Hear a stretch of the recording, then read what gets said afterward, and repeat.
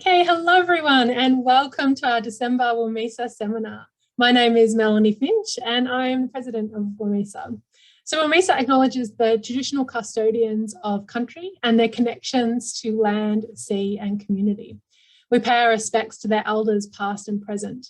As WMISA is an Australasian organisation, I'd also like to take this opportunity to acknowledge Maori as Tanata Whenua and Te Tiritio Watangi partners in Aotearoa, New Zealand. Indigenous people were the first Australian and New Zealand earth and environmental scientists, and we've got a lot to learn from their deep knowledge that spans tens of thousands of years. So the WMISA seminar series is about showcasing the amazing work of women in earth and environmental science in Australasia. All the recordings of our past seminars are available on our website. So you can sign up as a member of WMISA to get a notification of our upcoming seminars, or you can follow us on Twitter. We're taking a break in the seminar series for January, but we'll be back in February with Hannah Power. So today I'm delighted to introduce our December speaker, Caroline Tiddy. Caroline is an associate professor in geosciences in the Future Industries Institute at the University of South Australia. Caroline undertakes applied research within the MINEX CRC that fundamentally impacts and advances practices within the geoscience industry. Her research includes developing new sensors for rapid collection of geochemical data and innovative techniques for using mineral chemistry to determine proximity to ore deposits. Caroline is coordinator of the MINEX CRC education and training program and is passionate about developing the next generation of young, balanced scientists who will have the opportunity to engage in an inclusive workplace of equality and diversity. To this end, Caroline is actively involved in a collaborative research effort with gender diversity and entrepreneurship experts, investigating the enablers and barriers for women to reach leadership levels in geosciences. And I'm sure we're going to hear more about that work today. So I'll now hand over to you, Caroline. Awesome. Thanks very much, Mel, and thank you for the very kind introduction there. As we tested before, I'm going to share my screen. There we go.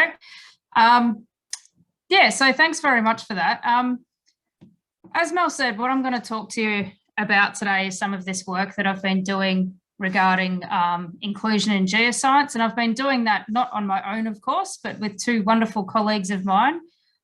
So that's Shruti Sadeshmukh, who is with us today, and Sanji Pereira, who I think may join us or may not. We'll see how we go. There's Shruti, she can give a wave. So many of you may not have met Shruti. She's in UniSA Business and is an entrepreneurship researcher.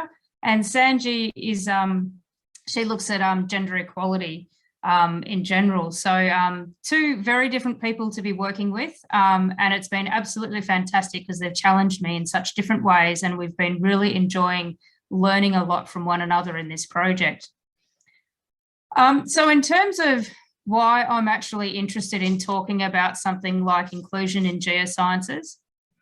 Well, it's really because I come from a place, and I'm quite amused to see Susan White online here too, but you see if you agree with me here, Susan, but I come from a place where diversity is not really an option. So it's a place down in southeast of Melbourne, and inclusion was never considered. So then when I ended up going to university and I, for instance, saw people of colour, I saw Asian people, I saw people who were different. I'd never, ever seen them before because I'd grown up in this very sheltered country life. And now I'm in a career where I'm a minority because as a woman in geosciences, you know, we tend to be the minority. So now that I'm sort of, you know, getting a little bit older in the tooth, not too old, I hope. I've been reflecting on my career quite a bit and the support that I've received through my career. And I can say that I was very well supported as a postgraduate student. You know, my supervisors, particularly Pete Betts, they just would do anything for me to make sure that I would see success. And that was an amazing experience that I look back on with very, very fond memories.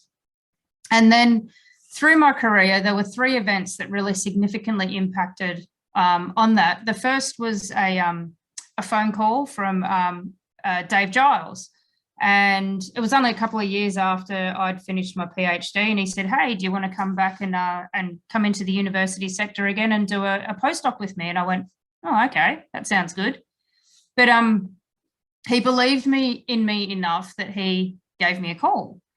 And the next two events happened actually quite close together, and I was given a chance at leadership. And the first was from Richard Hillis, where he gave me an opportunity to take on a leadership position within the Deep Exploration Technologies CRC. And the second chance at leadership was from Steve Hill, who put my name forward to the Geological Society of Australia to chair the 2016 Australian Earth Sciences Convention.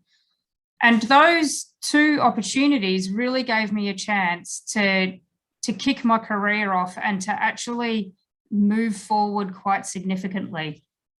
And when I look back on the way that people have supported and sponsored and mentored me through my career, I'm at the point now where I think it's actually time to pay it forward. It's time to actually acknowledge what those people have done and see what we can do about recognising how those kind of opportunities develop, and how we as geoscientists can actually realise those kind of opportunities for other people so that they can have a wonderful career as well. But in doing that, I think what we also need to think about is what the next generation actually cares about. They don't care about the same stuff as us. 20 years ago, what I cared about when I was in my 20s is different to what people in their 20s or care about these days.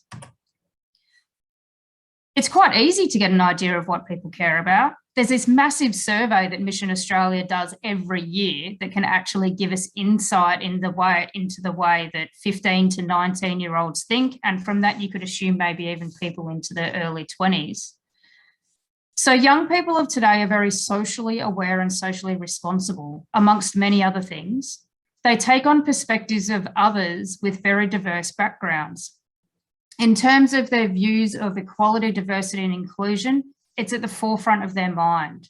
So in terms of equity and discrimination as an issue of national importance, it increased from 25% to 40% of respondents in this survey said it was in the top 3 of important issues in Australia today. So that increased from 25% in 2019 to 40% in 2020. Young people care about equality, diversity and inclusion. If we want to see geoscience as a career option for younger people, and I think for a lot of us are actually quite mindful about these issues these days, if we want to see this geoscience as a career for people going forward, geoscience needs to be seen as being attractive. And so one thing we can do is look at equality, diversity and inclusion within geosciences to see how attractive geoscience actually would be to younger people. So that's one of the many reasons I'm interested in this topic. I know that the title says inclusion, but let's just visit diversity to start with, because it's an easy thing to look at. I think a lot of people here would actually be quite familiar with these kind of graphs. I've used them in a couple of talks already. But just as a reminder, we do know that approximately 17% of employees across Australia's mining industry are women, but many of these are actually in the administrative roles, not technical roles. We know that females represent a very small number of people in management positions within Australia's mining industry. We know that men hold about 92% of CEO roles in resources and mining, and most of those holding those kind of positions actually started their career from technical leadership in areas such as your engineering, your geology, geophysics, etc., that are still underrepresented by females. So that's the mining industry. When we actually look at universities, I think a lot of people are becoming familiar with this scissor graph, as they're so called. So what that graph on the right actually shows is the number of university graduates with earth science degrees in 2020, I think that was, that data. And we can see it's about 40% female, 60% male. We're pretty close to a 50-50 split there. But once you actually get into those senior levels within the university sector, you see that that split just absolutely blows out. And so once you get to level E, we see it's around about 8.7% of level E appointments in earth sciences in 2018 were level E. That's the professor level. So it's a real lack of gender diversity within the geoscience sector in terms of the way that we look at the mining sector as well as across universities. But there's a lot of proactive change that's going on at the moment. So companies such as Rio Tinto are looking to increase by 2% per year the female representation on senior management. BHP has a target of 50-50 employees by 2025. There's been massive changes in paid parental leave schemes. So for instance, Rio Tinto now offers 18 weeks of paid parental leave to both men and women on an equal basis, which is pretty amazing when you think about it. When it comes to our ASX miners, the top 200, the miners who are listed in the ASX top 200 have at least one woman on their board. And they're working at trying to get more women on their boards as we go forwards. And organisations themselves are trying to be really proactive in what they're doing around that whole diversity issue. And they're looking to achieve Athena Swan accreditation. That kind of accreditation is focused on higher education and research institutions, and it recognises an organisation's commitment and commitment towards and its progress in equality and diversity, and particularly around race and gender. So a lot of organisations are working towards achieving that kind of accreditation. So lots of proactive change. So we're talking about diversity. Diversity will attract people. Okay, because if you see a diverse organisation, you might see someone who is similar to yourself, and you'll think, oh, you know, there's somebody who looks like me who's working in that organisation. I can see myself working there. So when we're talking about diversity, we're talking about all the ways in which people differ from one another. It can be quantified. We can easily say that we've got a 50-50 split of male and female. We've got 10% of people who identify with the LGBTQIA plus community. We've got a cultural diversity of X versus Y. So we can quantify it. We can attract people using diversity. But if we actually want to retain people, then we actually need inclusion. So what is inclusion? Inclusion is a sense of belonging and being one's whole self at work, feeling respected and valued for who you are, and feeling support and commitment from others so that you can do your best work. I'd like to actually challenge everyone to think about whether they have experienced or seen lack of inclusion within their workplace. Have they actually been not inclusive themselves, or have they actually seen inclusive behaviour which has actually enriched that workplace? I can own up to myself as not always being inclusive. I'm not ashamed to admit that. Even it's something I'm now very mindful of. I will make mistakes again in future, but I try not to make them. But, you know, we're all only human at the same time. A classic one that we see a lot, and that I'm guilty of myself, is inclusion will make sure that everybody is armed with the knowledge that they need in order to do their work. But the problem is that knowledge is power. And so every now and again, you just think, I don't want to tell that person that because I just feel like keeping it to myself because I'll feel better because I know that little tidbit of information and you don't. Well, that's not very inclusive, is it? And it's something I'm guilty of, owning up, not worried about that. So have a think about whether you've experienced or seen it and how it made you actually feel. And then what I want to do is actually consider how inclusive our geoscience community is by looking closely at the definition of inclusion that we can see on the screen there and using examples from other people as to how they have responded to those various aspects of inclusion. So what I'm going to do is I'm going to show you some quotes that are from a study that quite a few of you would already be aware of. And this is the study that Shruti, Sanji and I have done together. and that we're kind of continually building upon. And we've only scratched the surface on the type of data we've got. The aim of the study that we did was to look at the challenges and enablers of women to reach leadership levels within the geosciences in government, academia, and industry. What we did was we interviewed 68 male and female geoscientists from junior through to senior levels in academia, government, and industry across Australia. 68 is a small number compared to the number of geoscientists in Australia, but this was a pilot study. And even from that, we can really start to see some themes starting to fall out of those interviews. Each interview was about an hour and a half long, so you can imagine there's a lot of data in those interviews. When we did this study, we did have to simplify things. So we're looking at gender only as male and female, so only as binary. And when we were doing these interviews, we asked a question of people to provide a metaphor of that describes their own career, and then a metaphor that describes the career of the opposite gender. And those responses to that question, or those two questions, is what you're going to be seeing as we go through the talk today. So let's start looking at this definition of inclusion. So inclusion is a sense of belonging. A sense of belonging will impact on somebody's self-esteem. It'll make them feel as though they have a sense of worth. It'll make them feel as though they're being successful, because when you belong somewhere, you feel as though you want to contribute. You feel as though you're having success in actually being part of that team. What the quotes that you can see on the screen now show is that women are not actually feeling as though they belong in the geosciences. So you can see that the way that that men have described women is in the top quote, and it's the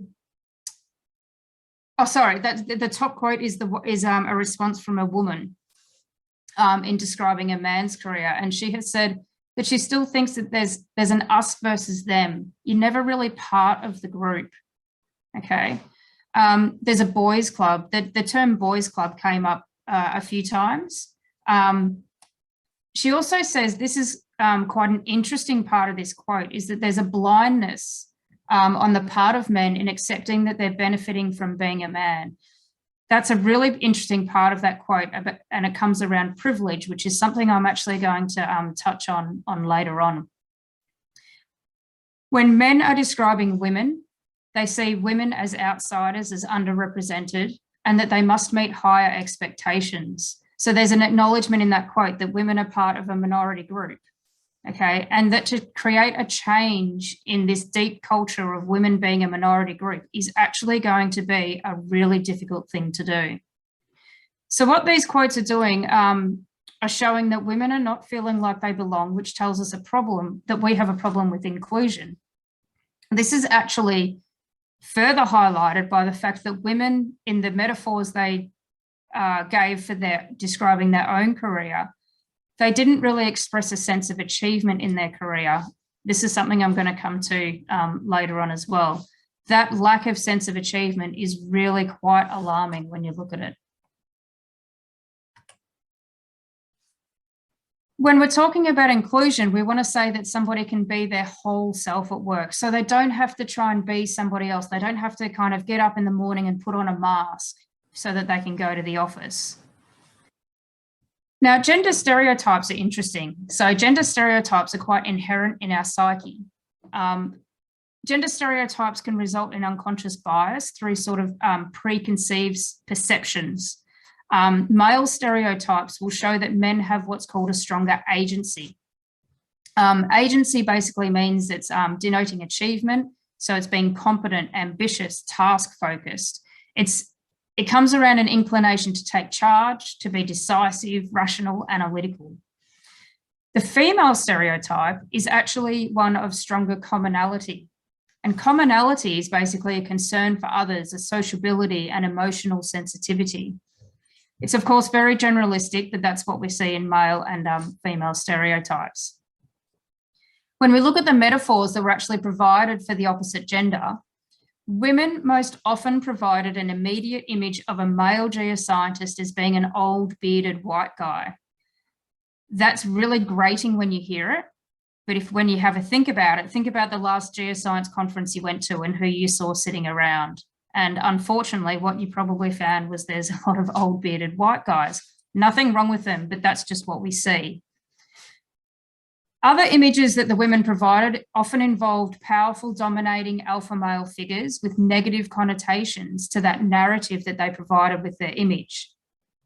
And some of those images you can actually see on the quotes on your screen. They're quite confronting, I found when I read them.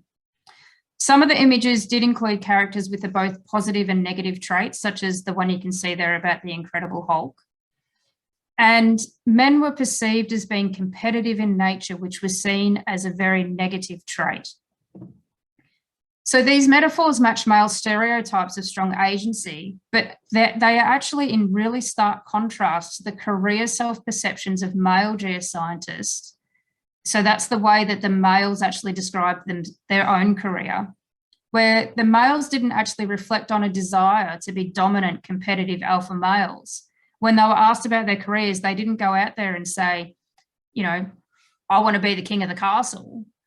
They went and they said, you know what? Most of them said, oh man, it's hard. I feel challenged. This career is not easy.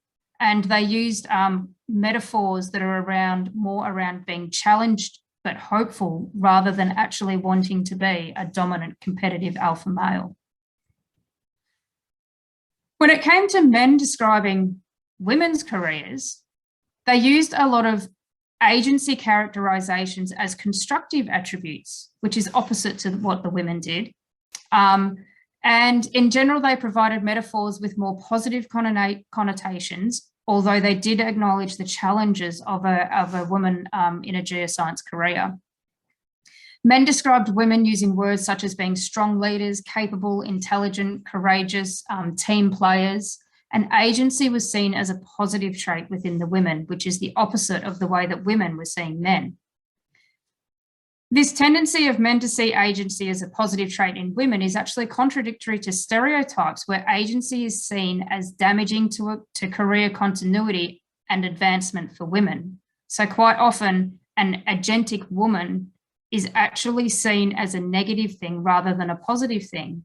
Whereas in the metaphors or in the interviews that we did, that agentic nature was actually seen as a positive. Interesting. Interestingly, the commonality traits that are stereotypical of women were not used to describe women or men in their geoscience careers. Commonality was lacking quite a lot. It was lacking from the metaphors.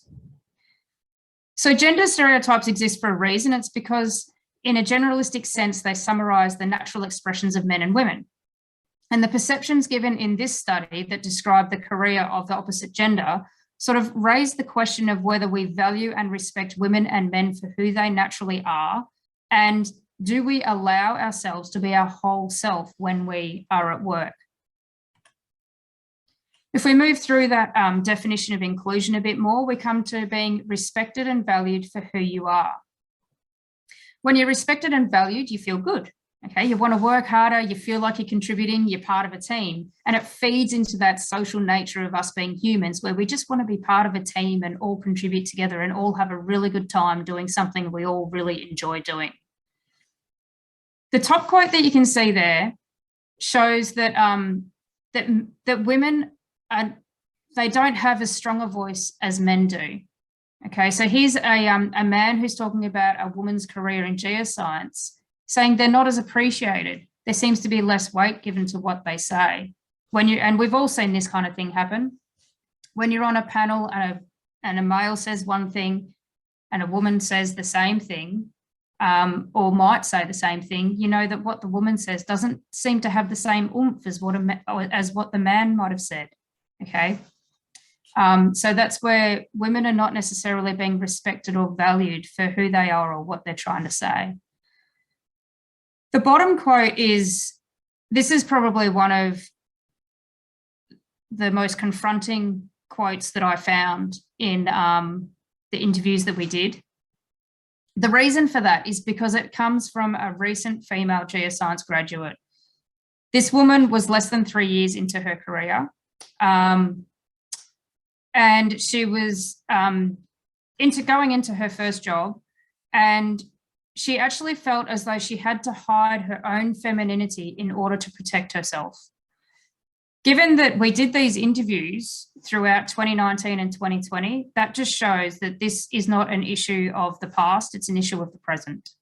And so there's women who are not feeling as though they can actually be respected and valued for who they are and who they want to be when they're actually embarking on their geoscience career. So I just found that super concerning. So when you want to feel support and you want to feel committed. When you feel that support and that commitment, we can see what kind of impact that has on people. So the quote that you can see here is one of only 4 examples of serenity that came out in these metaphors. You can see that this person, this woman, she feels as though she's had pretty easy sailing, which is great, you know, a boat on very calm and sunny, lovely blue ocean.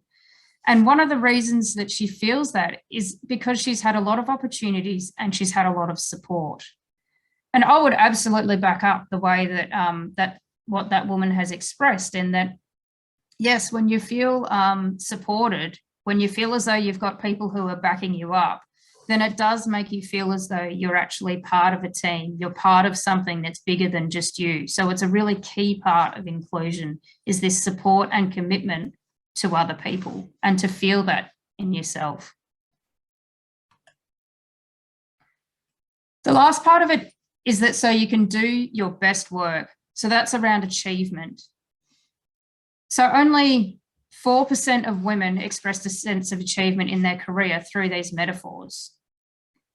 That issue of achievement goes deeper than just women, because only 33% of men express that achievement. That's not very many in all of our community. We're saying that only 1/3 of men actually feel as though they've achieved something, but only 4% of women feel as though they're actually doing good in their career. The way that this might have been expressed is that a lot of people in their metaphors, they said, my career, it feels as though I'm climbing up a big mountain. It feels as though I'm going on a big journey. It feels as though I've had a lot of options. So there was a lot of optimism, but challenges, there was hope, but the last part of the sentence wasn't there. I feel as though I've been climbing up a big mountain in my career and I'm getting to the top. I've made it. I've done it. I feel as though I've had a lot of paths to go on. I'm facing a path with lots of different options. I took the right path. I made it. The path was great. There wasn't that real sense of having actually achieved in those metaphors. It was challenging, it was hopeful, it was optimistic, but there was lots of frustration and there was lots of determination, but not achievement. So now that we've actually looked at the aspects of inclusion and the perceptions of geoscientists in Australia, what I want to do now is actually consider some of the barriers and enablers to inclusion within geosciences, so that we can actually start thinking about how we might create a more inclusive geoscience community, which will actually be a lot more pleasant for ourselves. Not that geoscience is unpleasant, but it'll actually make a lot more of us feel as though we belong somewhere. But also it will start to address that issue of reaching out to future geoscientists, potential geoscientists, and attracting them into this, what we all think is a wonderful career.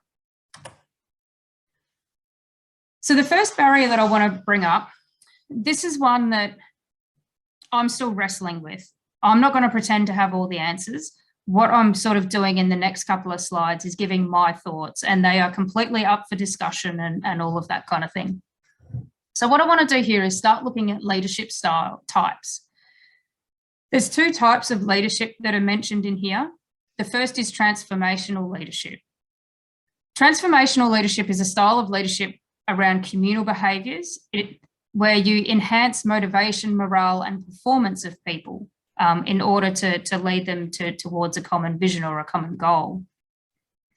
It's almost the opposite of what's called autocratic leadership, which is a style of leadership around agentic behaviours, and it's more authoritarian. Both types of leadership, of course, would have their place somewhere in society, but they're very different. The first one, transformational, being around communal behaviours, and the second being around agentic behaviours.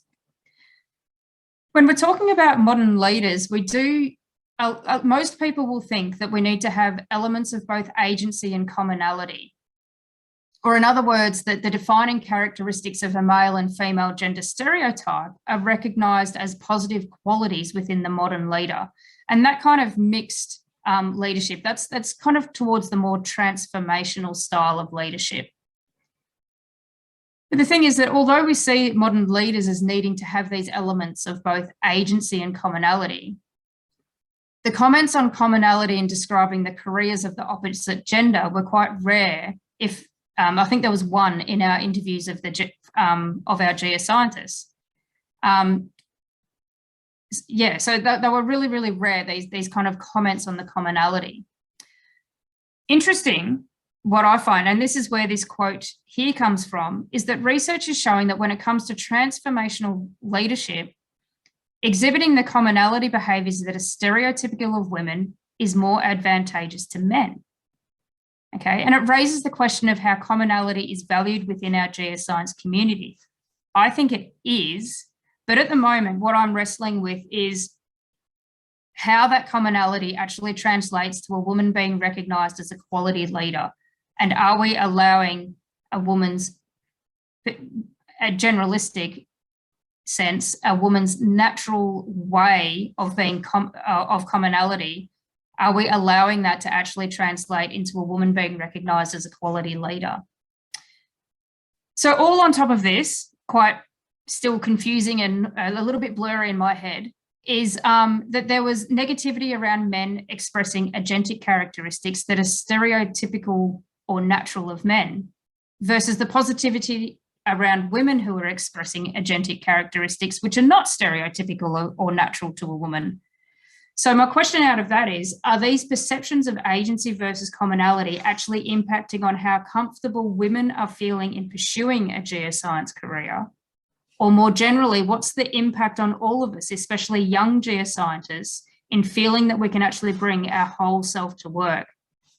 That we can actually bring both of our agentic and our communal type characteristics to work, whether one dominates over the other? How is that actually impacting on how we feel within our workplace, and also whether we might actually be recognised as a quality leader from the way that we naturally are? Another barrier that I think is around privilege and fatigue around equity, diversity, and inclusion. I wasn't going to include this here in this talk, but I went to, I think, late November in South Australia is like the conference time. And I went to a couple of conferences, though I think there was 4 in the last couple of weeks. And something that I heard a couple of times was people talking about diversity and inclusion, and someone else saying, oh, do we have to talk about that again? Is it still around, is it? And I thought, wow, that's a really interesting comment. And then the other day, Sanji said to me, hey, there's this interesting book that I think you should take a look at, and it's around privilege. And it made me start to think, when I read part of this book, it made me start to think about those comments that I heard people saying and around this fatigue around equity, diversity, and inclusion, and talking about it. What I'm going to do now is I'm going to give you an example of privilege, and it comes directly from this book called Privilege. So basically, the Black Lives Matter movement was started by 3 women of colour following the killing of a 17-year-old boy in the US named Trayvon Martin. And in the US now, news reports are filled by reports of Black men and women dying at the hands of law enforcers pretty much on a weekly basis. And the number of racist incidences in college campuses in the US is on the rise.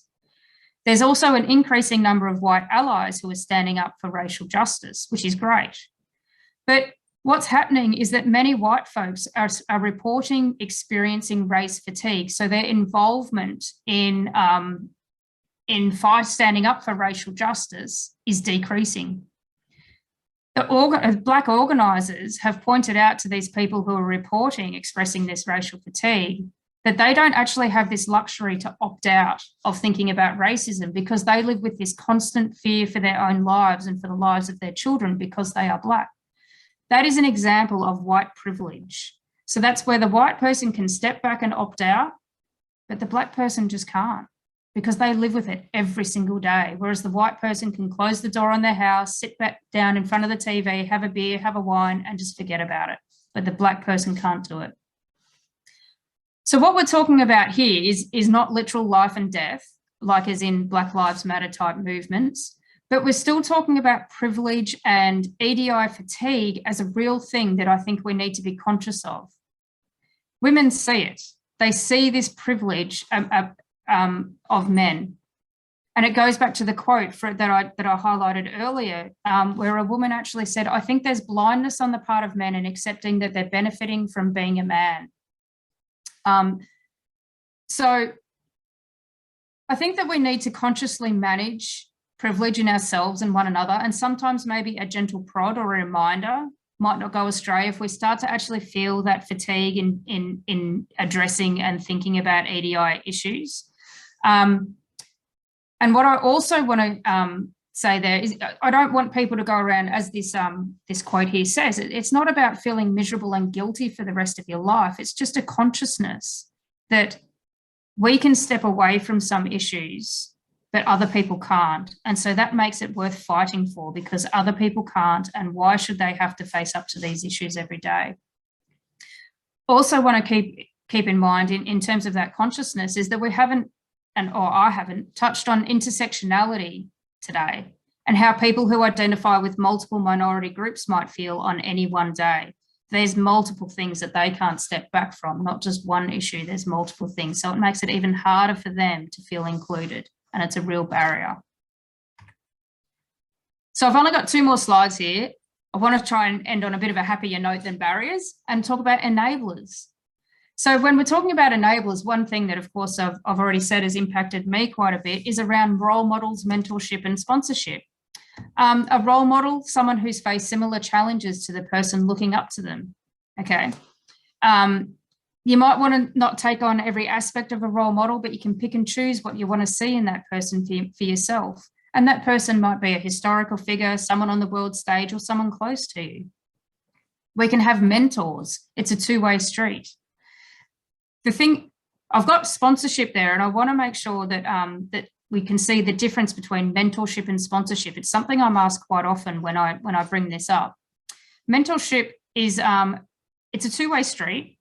Mentees will learn from their mentor, and that's because their mentor has a lot of knowledge and experience. But mentors also have the opportunity to see the world through the eyes of their mentee, because they're a junior person who's experiencing something that they are no longer maybe at that same level. Mentorship's often personally rewarding, but it doesn't often make a difference to career outcomes, which is an interesting thing to think about. Sponsorship, on the other hand, it can include aspects of mentorship, but the difference is that a sponsor is using their own brand to go in and bat for someone so they can be offered an opportunity or a promotion. It's risky because that sponsor is backing someone, and if they don't perform well, you're not going to be thanked at all for that. If anything, your reputation is going to decrease for sponsoring that person. But then again, there can be, on the other hand, there can actually be high rewards. If you sponsor someone and they go and do well, then you feel great for giving them a leg up, but also your own brand is reinforced. Sponsorship doesn't come from a simple request. Sponsorship is something that I think that you have to work on, and it will come from places that maybe you didn't realize it would come from, but you have to build up your own brand of being trusted or being trustworthy, being a hard worker, producing results so that somebody will actually step up and say, hey, I'll sponsor you to go and do this. I'll back you in this opportunity. I think we all have opportunities in these spaces, but we just need to think about how we can use them so that we can promote diversity within the geosciences. Is there a way that we can say sponsor somebody who identifies with a minority group to actually take on an opportunity, and we can think outside the square of what we might normally look for that opportunity and sponsor those people into those positions. Another one, this is, I don't know what other people would think of this. This was just an idea I had the other day while I was out running, but I thought one of the issues we have, and I can't see the audience right now, but I'd be interested, maybe we'll see how I go, but try and count the number of men in the audience of this talk today, and I bet you there's not many. And it's an issue. It's like we want to hear those male voices and what they think about equity, diversity, and inclusion. It's often, there's this whole concept around that, we have these manels and that we've got to stop manels. But when it comes to equity, diversity, and inclusion, quite often we see the opposite, where they're not manels, they're, I don't know what you call the opposite of a manel, not a panel. Anyway, a panel or panels with a lot of women on them. It would be great to actually have a list of men or know men who we could actually call upon to actually bring voice to this issue within the geosciences. So we saw that there was the male champions of change, which was quite successful. That's now turned into the Champions of Change Coalition. It's a worldwide thing that's all around gender equity, gender equality broadly. But what about if we did that just for the geosciences and somewhere had that that accessible? I think that would be quite an interesting thing to be able to do, and we could maybe go somewhere with that. So what I want to actually do now is not talk too much more, but actually ask you all, what do you think of inclusion? What do you think inclusion in the geosciences would look like? I'm interested in what you think about some of what I've said today, and keen to kind of hear what you think about the different ideas, like around the geoscience male champions of change, for instance, your thoughts around privilege, etc. Yeah, would love to basically have a discussion around that. So what I'm going to do is I'll stop sharing my screen, and I'm hopefully, there you all are, and yeah, go for it. Thanks so much, Caroline. That was such a interesting and great talk. So people can contribute to the discussion by popping things in the chat if you'd like, or you can just unmute yourselves and speak out. That would be great as well. So yep, whatever you feel more comfortable with. I love the idea of geoscience male champions of change. I would love to see that happen. Yeah, and I'm definitely going to talk to you more about that in the future. I was thinking about male champions of change generally, not within that context of creating a body of male champions of change, but just who those men are that I know. And I don't know too many. And it made me think about how can I make men that I know into champions of change, which is, yeah, I don't know if that's, yeah, like how do you convince people who aren't invested in this space because they aren't experiencing the same things as women are to care about this issue and to become champions of change? Yeah, that's a really, really tough one. Actually, you know what, the person, and I'm sorry for putting you on the spot, but the person who would be interesting to talk to or hear from about that would actually be Richard, because now that I can see everybody, there might be I can't see exactly who's at UTAS, but Richard, it'd be interesting to hear what you think about that as a male who's here, and what gets you interested in EDI issues. I'm not really sure, Carolyn. I did put you on the spot. I'm sorry.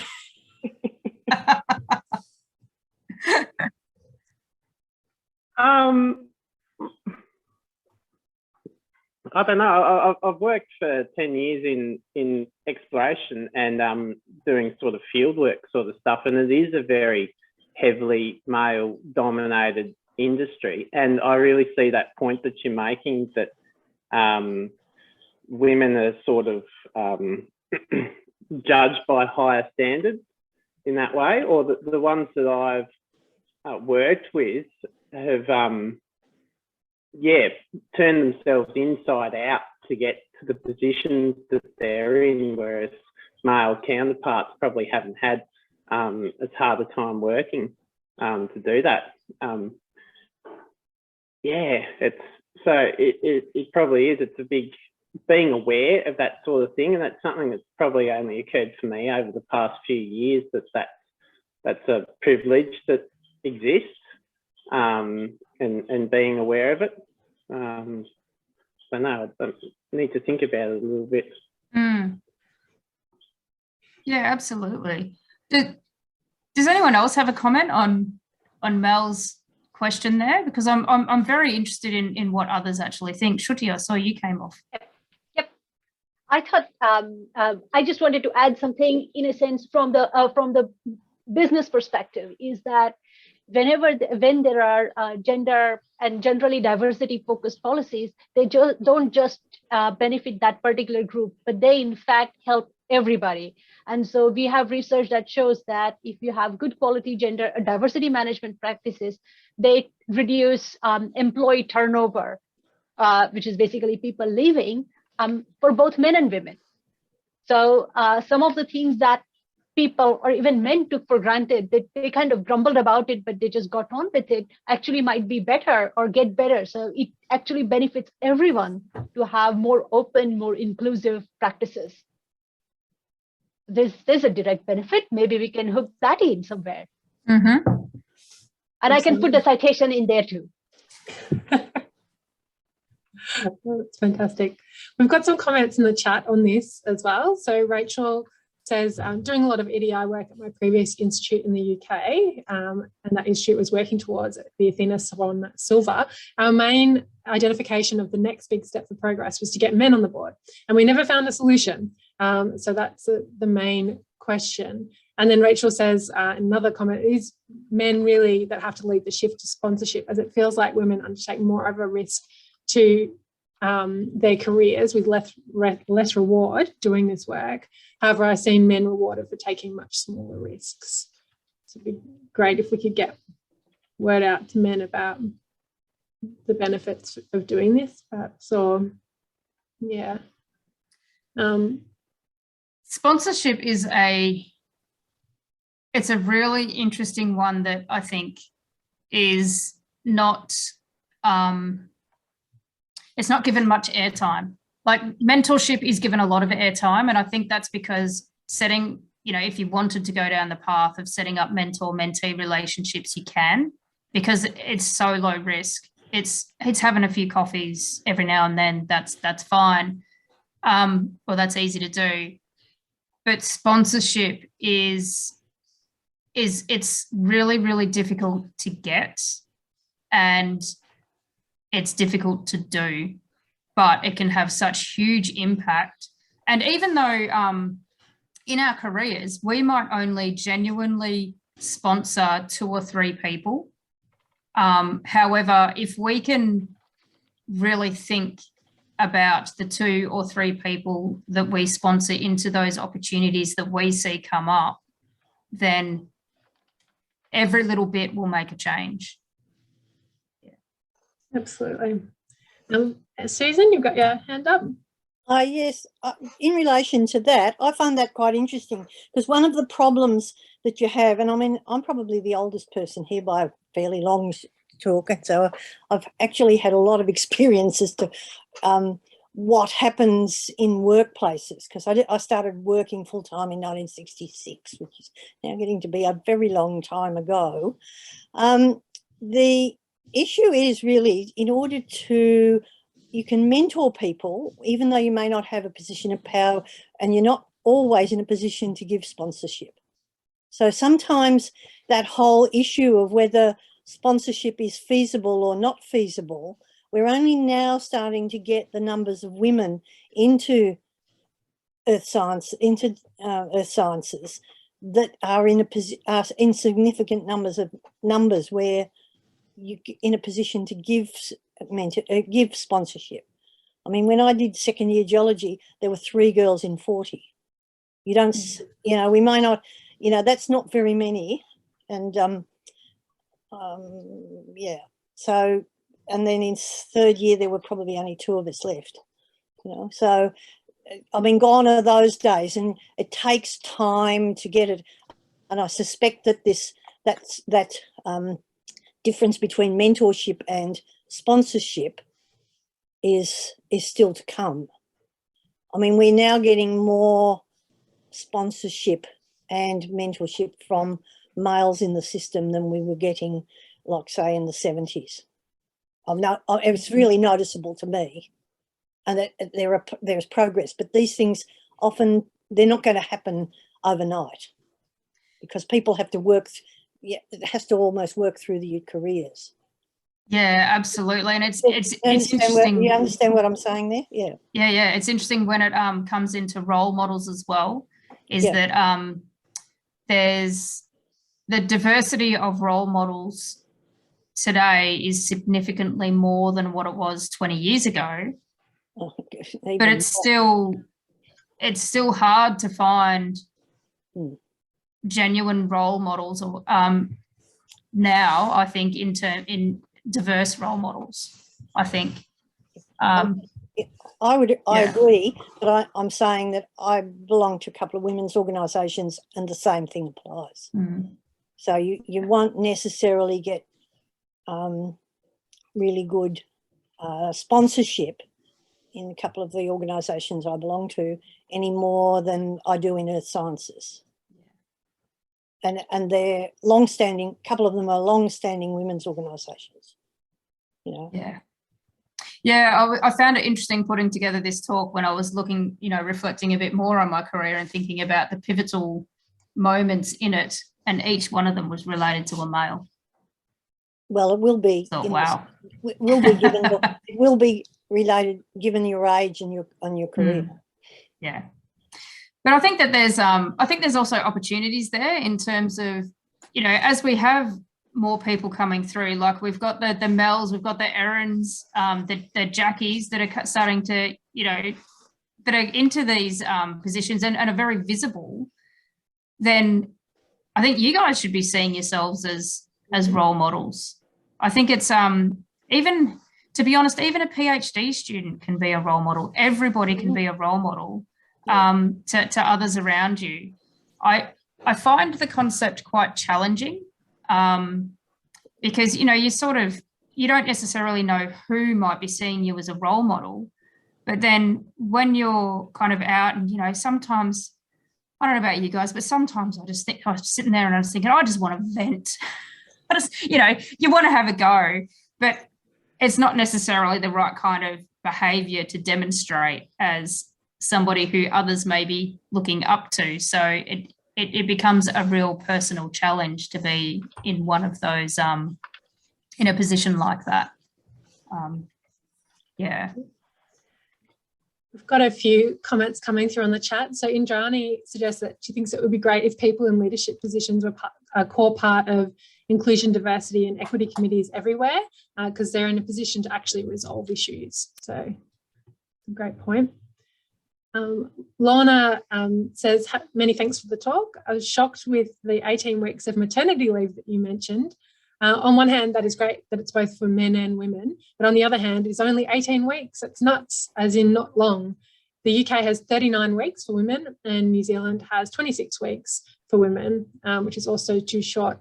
In Scandinavian countries, parental leave is fully paid for 52 weeks and is for both members of the parenting partnership. The big change is a cultural shift that nurturing and caring responsibilities are important for both partners. Yeah, I love that, Lorna. I care a lot about that issue as well. Yeah, Caroline, I think it's great that BHP does have equal access to parental leave and trying to encourage that the caring role to be taken up by both parents. But yeah, as Lorna mentioned, yeah, it's very short, isn't it? 18 weeks. It is. It's really short. I can only sort of try and see it in terms of the glass half full, that it's better than I don't know what it was before, but I'm tipping it was a lot shorter than 18 weeks. It would be wonderful if we could follow Scandinavian countries' example. But I think we're a long way off to that, that's for sure, because yeah, oh gee, it'd be wonderful. But I got 6 weeks with my second child, and that's still common today. But there was 18 months,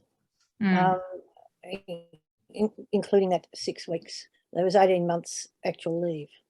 Yeah, you hear that quite often today. That six weeks, 6 weeks of paid leave. Yep. Seems to be, certainly when I had my kids 6 and 8 years ago.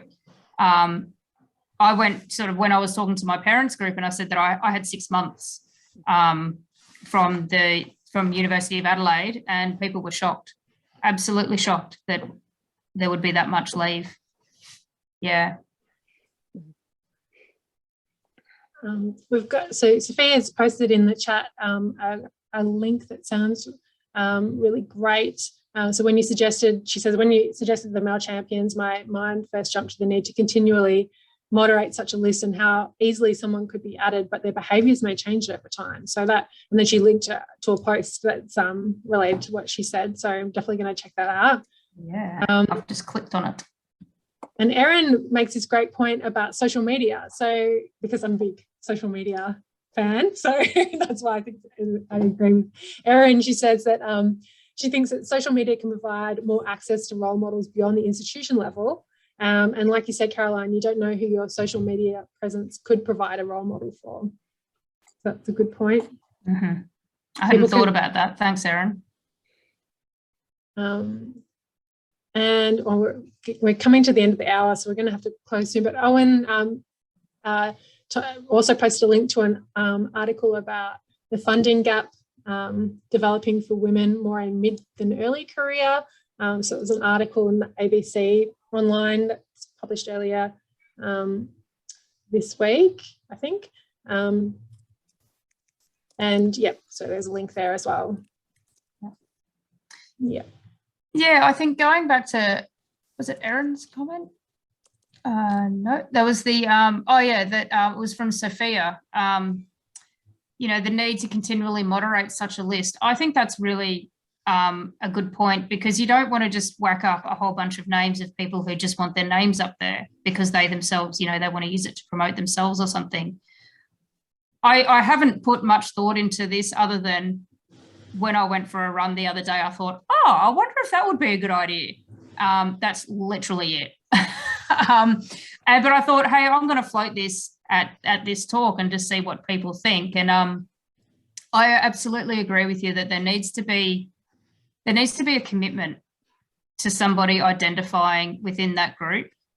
And if we can find men who would genuinely identify with that and commit to standing up about equity, diversity, inclusion issues within geosciences, then that's a really powerful thing. And once some men find a voice, or, you know, can be seen, then others will maybe find a voice as well. So we can actually, hopefully, it would be a snowball kind of effect on that.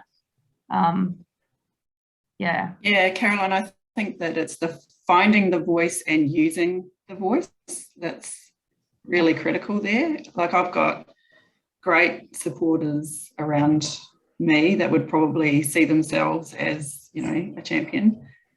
But in fact, I've been in meetings and things and they've not spoken up about certain things, or have come down to my office afterwards and said, oh, so-and-so, blah, blah, blah. And I'm like, why didn't you say something in the meeting, you know?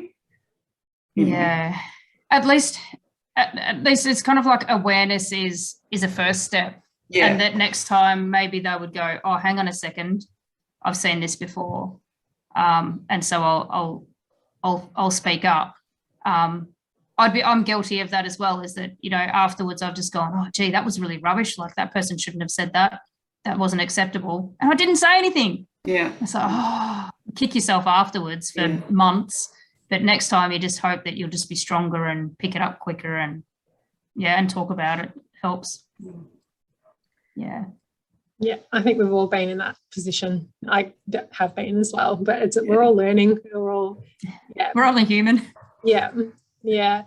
Liz talks about parental leave provisions for both parents, and just mentions Annabelle Crabb's book, and she's written a few pieces about that now. She's amazing. And yeah, she says a cynical view might be that early career geoscientists on a short-term contract might not be able to afford to take a year off for maternity leave during that critical period for their career development. As someone who did have a child during that critical period, I totally understand where this is coming from. Have you got anything to comment on that, Caroline? Yeah, you know what? I don't know what the Scandinavian model for early careerists is. University researchers. I wonder what they do around that. Yeah, it's really interesting. All right, we've reached 3 o'clock. I feel like we could keep talking, but yeah, we probably should draw to a close. Emily just mentioned that the champions of change should be men and women because of positioning men as in the positions of as saviors, and I think that's a really good point. So as we move forward with this idea, which I think that we definitely should, that's a really interesting. That's a really great point that she's made there, so we can think more about that. Yeah, that is actually, because I purposefully put it there as male champions of change, not knowing that the male champions of change used to cop a lot of backlash on it. So that's interesting, Emily. I'd be very interested to hear more about that. Yeah. Sure, I'm happy to chat about it later. Excellent. Well, I'm going to bring this to a close. Thank you so much, everyone, for being here for our last WMESA seminar for the year. Thank you, Caroline, for such an interesting and thought-provoking talk. I feel like this is going to lead to exciting new things in this space. So, I think we can make that happen. So, thanks, everyone. So, thanks for having me. Bye. Thank you.